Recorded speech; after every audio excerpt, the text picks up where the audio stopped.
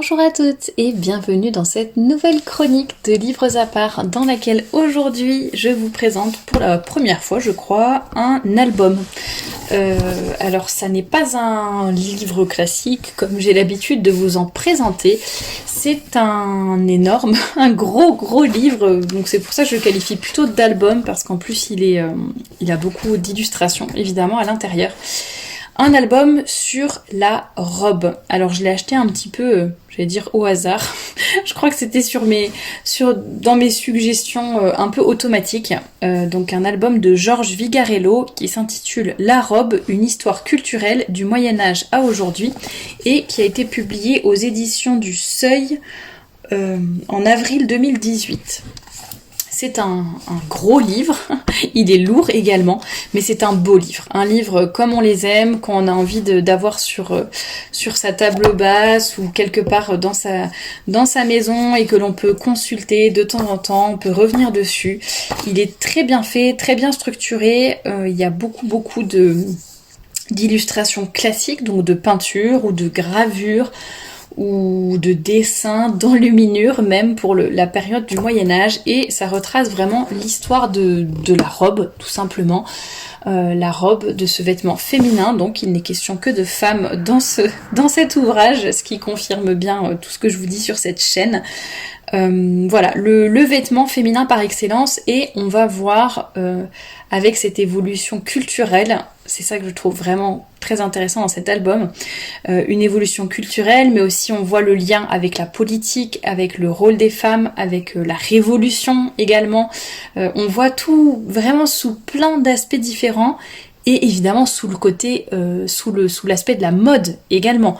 Donc on apprend plein de détails super intéressants sur la façon dont les femmes s'habillaient, ce qu'elles mettaient sous leur robe, sur leur robe, le corset, plein de choses, où est-ce que l'accent était mis, comment était un peu la ligne de la silhouette, qu'est-ce qui était important à telle époque, à telle autre. Vous voyez là par exemple, j'ai ouvert une page au hasard, au XVIe siècle, l'invention moderne d'une géométrie, le fait de donner certaines formes très particulières à sa silhouette grâce à sa robe.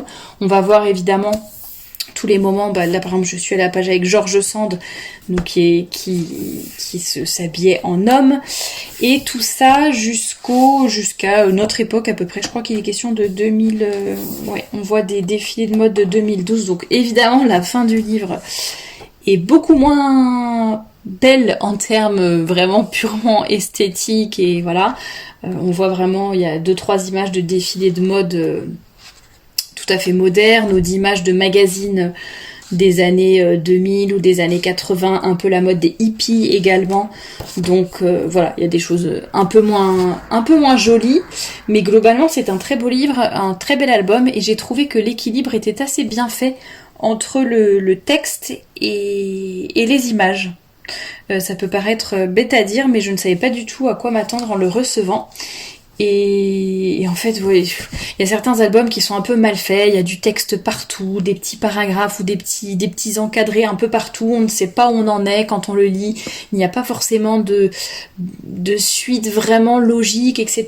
Là, on peut vraiment, en le lisant chapitre par chapitre, de toute façon c'est chronologique tout simplement, et on peut le lire tranquillement, et puis en ayant toutes les illustrations qui expliquent bien tout simplement, qui montrent ce qui est expliqué dans les textes. Donc j'ai trouvé ça passionnant d'un point de vue historique, d'un point de vue culturel, pour celles qui travaillent dans la mode aussi ou dans le stylisme, ça ne pourra que les intéresser. Il est vraiment très qualitatif, au niveau des pages, etc. C'est vraiment le bel album avec le papier épais, glacé, enfin voilà.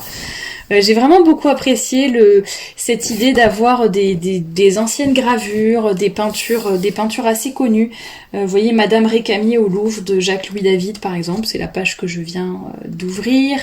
On voit aussi des petites esquisses ou des petites caricatures qui paraissaient dans les journaux, vraiment des esquisses au crayon.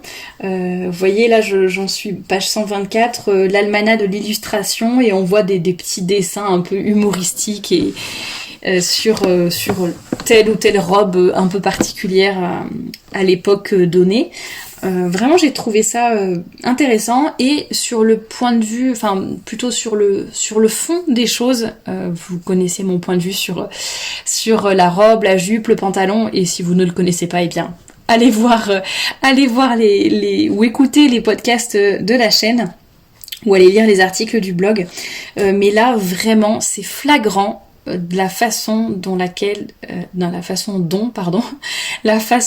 sont liés le vêtement et la politique.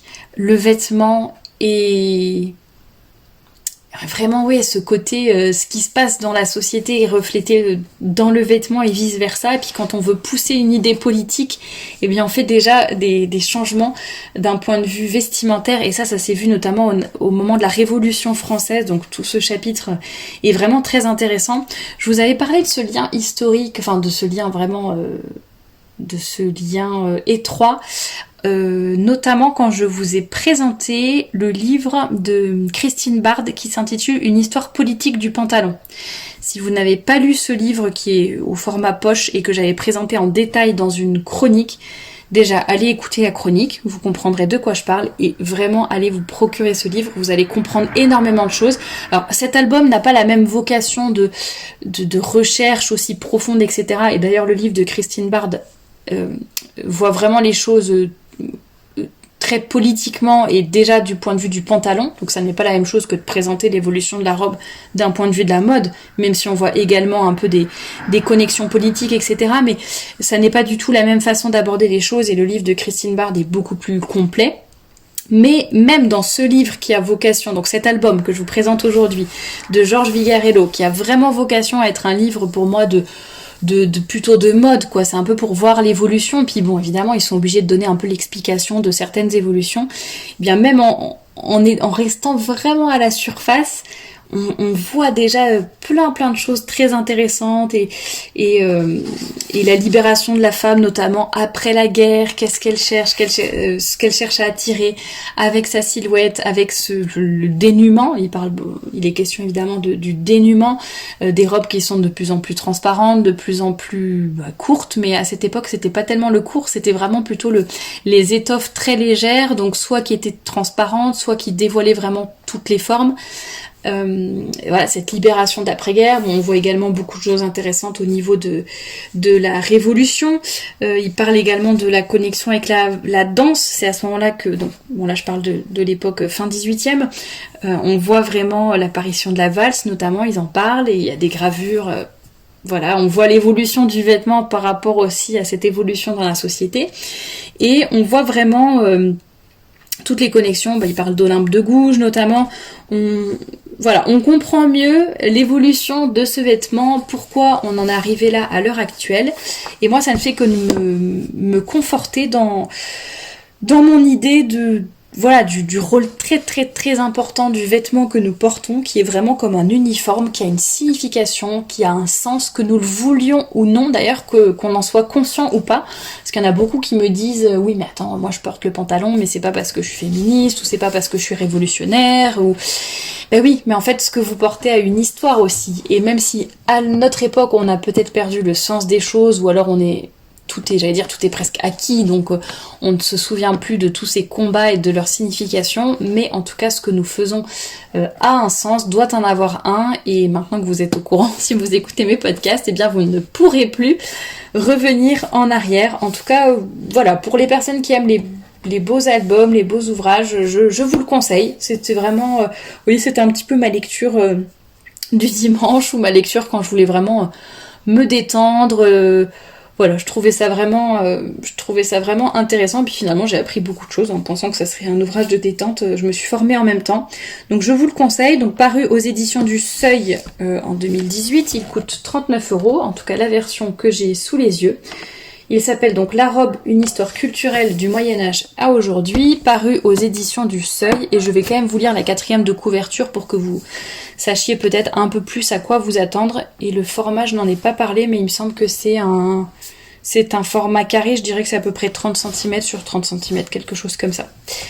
Dans cet ouvrage, où une large place est laissée à l'iconographie, peinture, gravure, photographie, Georges Vigarello s'attache à montrer comment l'évolution de la robe est intimement liée au contexte social et culturel de chaque époque. Ainsi, du Moyen-Âge à aujourd'hui, il retrace cette histoire, faite de ruptures et de révolutions, pour mettre en lumière combien les profils et les modes suggèrent une sensibilité culturelle, épousent une vision du monde et incarnent l'évolution des mœurs. Car l'apparence de la femme traduit bien souvent ce qui est attendu d'elle, d'où l'enjeu d'une histoire des robes. Découpée en 6 grandes parties, je mets juste un petit bémol, enfin entre guillemets une petite précision par rapport à ça. L'apparence de la femme traduit bien souvent ce qui est attendu d'elle. C'est vrai à certaines époques, de toute façon vous le verrez dans l'ouvrage, mais on voit bien par exemple au moment de la Révolution, etc., ce sont les femmes qui veulent quelque chose au contraire et qui changent les choses. Donc c'est pas, ça n'est pas... L'évolution de la robe n'est pas que subie, elle est aussi voulue, que ce soit par les femmes ou par d'autres qui instrumentalisent les femmes, mais voilà. Découpé en 6 grandes parties, l'ouvrage remonte d'abord au XIIIe siècle avec les premiers bustes lacés, pour ensuite s'attarder au XVIe, mais surtout au XVIIe et XVIIIe siècle, durant lesquels la géométrie des lignes et des silhouettes ne va faire que s'accentuer. Le buste est corseté, la ceinture étranglée et le bas du corps entièrement noyé dans les plis. La femme est avant tout un décor et cet artifice est conçu en priorité pour la pose et non pour l'activité. Mais l'époque des Lumières en fera la critique, amplifiée par la Révolution française. La nouvelle citoyenne gagne en droit et en liberté et son vêtement doit en témoigner. Pourtant, le premier quart du XIXe siècle s'attache à restaurer pour un temps ses formes et dépendances passées. C'est alors l'apogée de la crinoline avant qu'elle-même ne s'efface au profit du fourreau au début du XXe siècle, tandis que la robe se fait plus collante, dévoilant davantage le bas du corps. Puis, le XXe siècle marque l'élancement, la ligne se redessine et la rupture s'opère sur l'ensemble de la silhouette. Les formes s'installent, plus onduleuses. La mode garçonne des années 1930 marque de façon décisive l'affirmation d'un corps mobile. De même, à travers les bouleversements contemporains, triomphe une liberté assumée. La mini-jupe, le legging, le pantalon sont autant de repères forts à partir desquels la robe est révolutionnée. Bon, je ne sais pas si on y a gagné au change, enfin vous connaissez mon point de vue sur la question. Ce que je voulais ajouter également, c'est qu'effectivement, je l'avais dit d'ailleurs à l'occasion du livre de Christine Bard, de la présentation du livre de Christine Bard, que effectivement il y a des modes qui sont allés dans un tel extrême qu'après les femmes ont voulu aller dans l'autre extrême. Je pense notamment là tout ce qui est décrit par rapport au corset, etc. C'est vrai que les femmes étouffaient là-dedans, peut-être pas toutes, mais bon, en tout cas dans ce qui est présenté du livre, on comprend que ça n'était vraiment pas confortable, et voilà, donc effectivement, des robes très très très encombrantes, comme c'est très bien dit en 4e de couverture, c'était plus fait pour la pose que pour l'activité. Bon, après, toutes les femmes ne s'habillaient pas comme ça, mais de toutes les couches de la société, je veux dire. Mais voilà, c'est intéressant en tout cas à voir, ça permet de comprendre pas mal de choses et de tout simplement de voir un peu historique, d'un point de vue historique, c'est très intéressant aussi. Donc si vous cherchez un bel album, eh bien je vous le recommande, en tout cas moi j'ai apprécié. Et puis n'hésitez pas à me dire ce que vous en avez pensé, peut-être que vous le connaissez déjà, ou si vous travaillez dans la mode ou autre, peut-être que je sais pas, que c'est une référence pour vous cet ouvrage. En tout cas, n'hésitez pas à me dire ce que vous en avez pensé. Et d'ailleurs, vous pouvez aussi réagir au livre de Christine Bard, Une histoire politique du pantalon. Si vous l'avez lu, n'hésitez pas à donner votre avis également. Et j'essaye de vous retrouver la semaine prochaine pour une nouvelle chronique de livres.